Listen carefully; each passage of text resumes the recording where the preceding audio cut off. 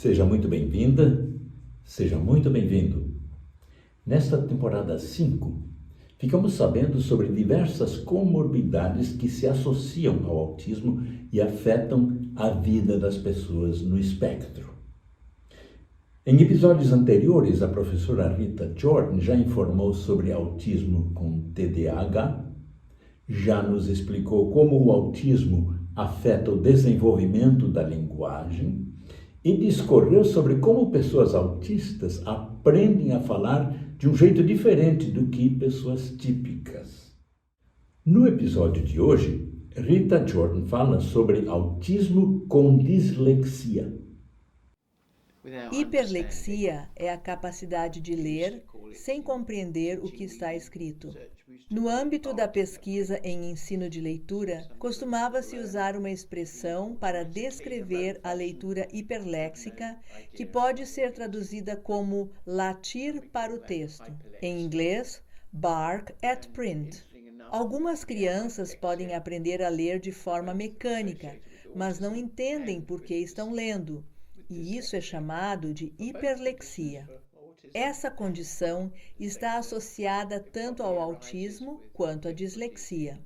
Em ambos os casos, autismo e dislexia, a hiperlexia provavelmente surge com as dificuldades de compreensão da linguagem. O que acontece na dislexia é que a pessoa pode levar muito tempo para decodificar uma palavra. A dificuldade para aprender a ler vem dessa dificuldade no processo de decodificação, que é característico de muitas pessoas disléxicas. E como tanta energia cognitiva precisa ser despendida para decifrar palavras e articulá-las, não sobra capacidade para decifrar a conexão entre elas. O resultado disso é que a pessoa repete as palavras sem pensar e assim não processa o significado do texto. No autismo, a dificuldade no processo de decodificação também interfere no modo como as pessoas entendem o discurso falado, além do texto escrito. Possíveis problemas no processamento auditivo, como vimos no caso de Dana Williams, podem significar que a pessoa autista vai levar tanto tempo para processar cada palavra que isso limita sua capacidade para entender a conexão entre as palavras e o significado do discurso. De qualquer forma, a hiperlexia é comum a ambas condições. Quando queremos trabalhar a compreensão da linguagem em termos de escrita, precisamos encontrar outras maneiras de fazer com que as conexões tornem o sentido mais claro. Podemos trabalhar com instruções escritas, por exemplo. Uma possibilidade é pedir que as crianças sigam instruções, porém é bem mais motivador pedir que leiam instruções para outras pessoas.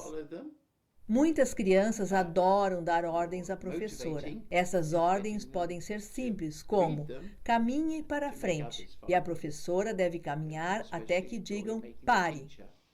E elas acham muito divertido fazer a professora andar até bater na parede, por exemplo.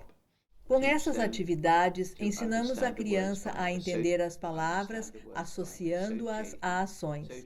Podemos trabalhar, por exemplo, com cartões, fazendo duas pilhas, uma de agentes e outra de ações. Cada criança e também a professora, quando for sua vez, pega um cartão de agente e um cartão de ação e lê o que está escrito.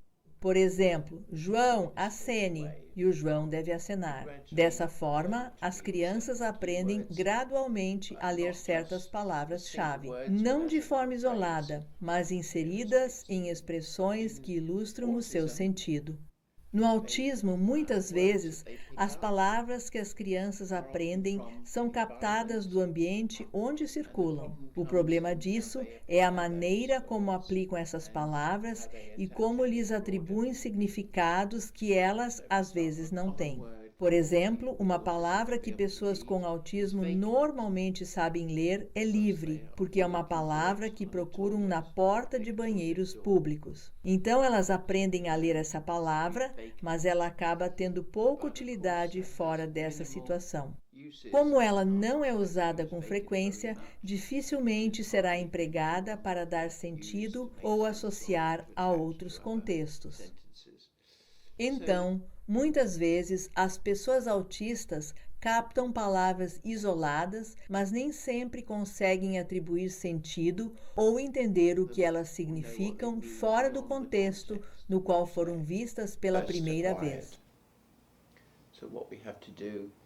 O que nós devemos fazer é ajudar essas pessoas a ampliar o significado das palavras adquiridas dessa forma.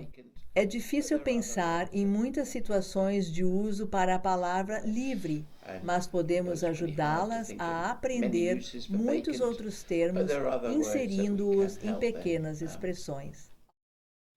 Esta foi a professora Rita Jordan sobre autismo com dislexia. Se você quiser saber mais sobre as comorbidades no autismo, fique com a gente.